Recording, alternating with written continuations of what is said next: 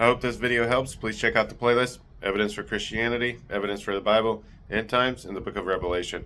I'll leave links in the description for all four. Enjoy. Time to change the thermostat on my 2015 Kia Sedona. So the symptoms right now are it takes a while for it to heat up in the winter and get the heater going and defrost stuff. First thing you need to do is pop the hood. Alright, reach under here.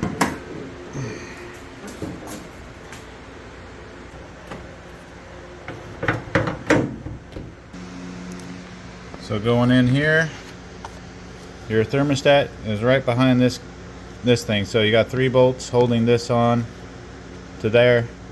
Take those off and then we'll be able to get the thermostat out. So when you're working on the cooling system like this, you need to make sure the engine is cooled off.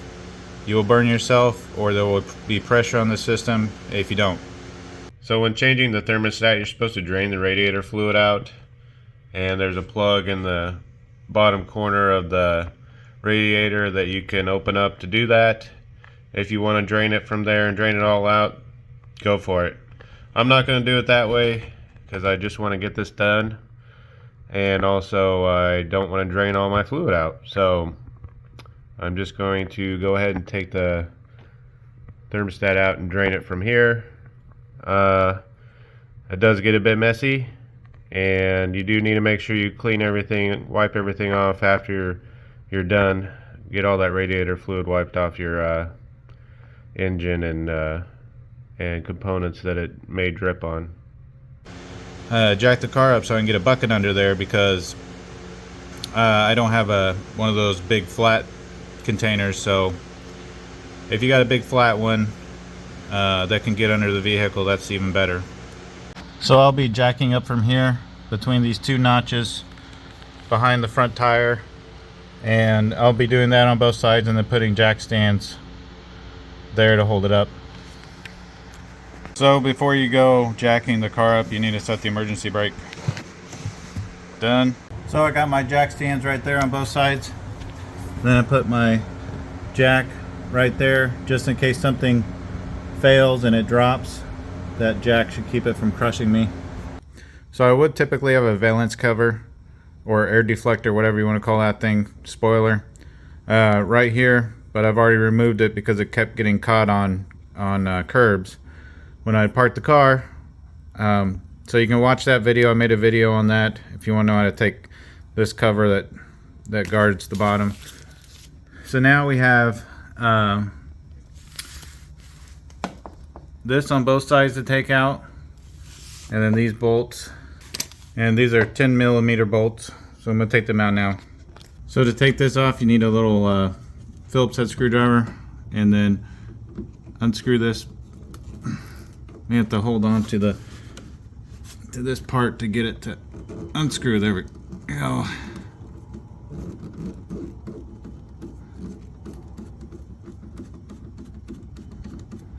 There we go. And then it should pull out once it's, yeah, there we go. And there it is.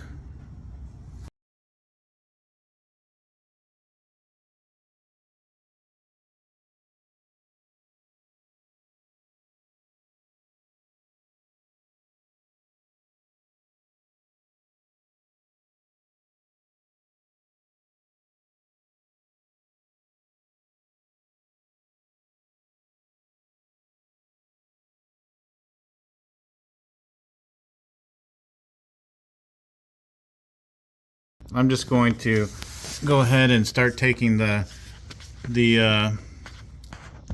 thermostat out and then let it drain out of the hose, or out of the housing of the thermostat. So let's see if I can get my bucket under here. Alright, I got my bucket in a drip pan all ready to go. I have a funnel there underneath it to catch where the radiator fluid is going and to funnel it into one place so it's not spilling all over everything. I got a string tied to it in case it falls. Also have a string tied to this hose in case it falls, because I don't want it to fall down. and I'll put a bucket under there and we'll try to catch it all. So it takes a 10mm socket.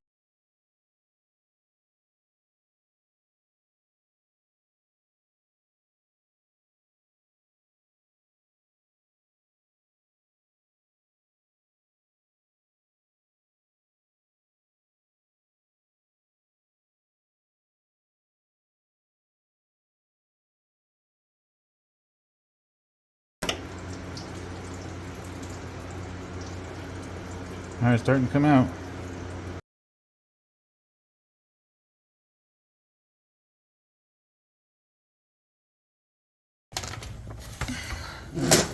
A lot of it's dripping back there. That's not good.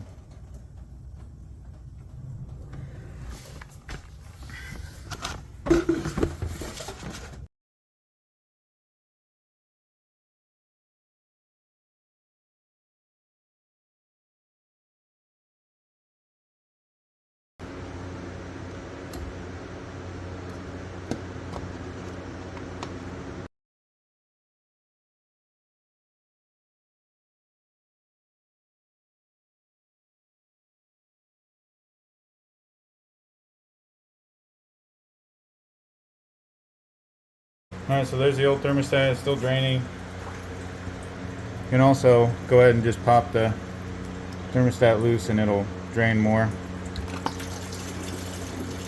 There you go.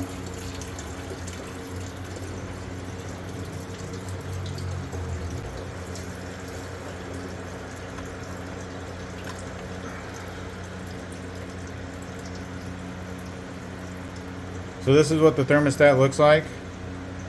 And you want to make sure you get that thermostat. AutoZone tried to give me the wrong one. So this is the part number of the one that I got from the dealer. It's 255003C150. And you want to make sure you get this one, because AutoZone and O'Reilly will say they have the right part for your car and give it to you, but it's not. And I made that mistake and I took the whole thing apart, lost radiator fluid, only to find out I had the wrong part. And I tried to put the wrong part in to see if maybe they were right, but they weren't, and it started leaking radiator fluid out the seal because it didn't make a seal. Anyway, that was my mistake for not putting the same looking part in that came out. There's a new thermostat. Make sure it has this little tab, and then that tab will go up through this notch right here and stick out.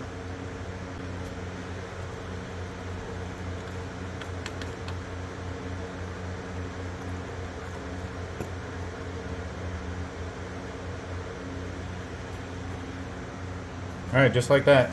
So you can see this tab right here lines up with this little notched out part.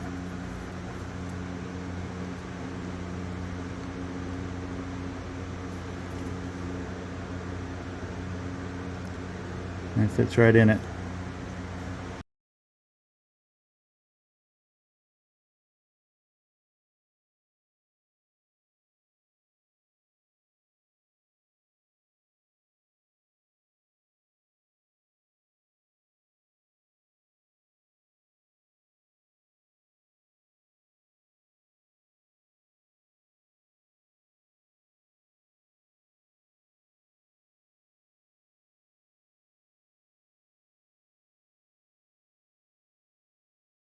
So I got all the radiator fluid dried off the engine and stuff that it dripped onto, and I maybe only lost a gallon of radiator fluid during that. Alright, time to fill up the radiator with radiator fluid.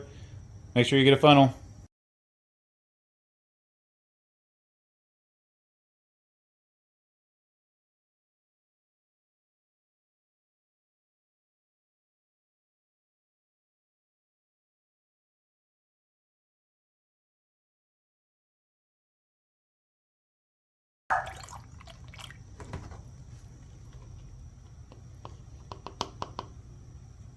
There you go. Now run it for a little bit with the cap off for just like 10 seconds, and then a bubble will come out. Then you can fill it back up and you'll be done.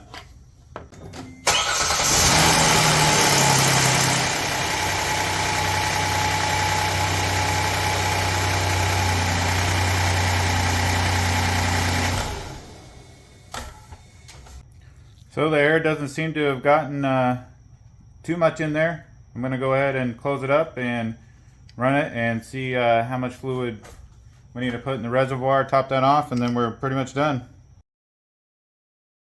Now we need to look around this for any signs of leaking.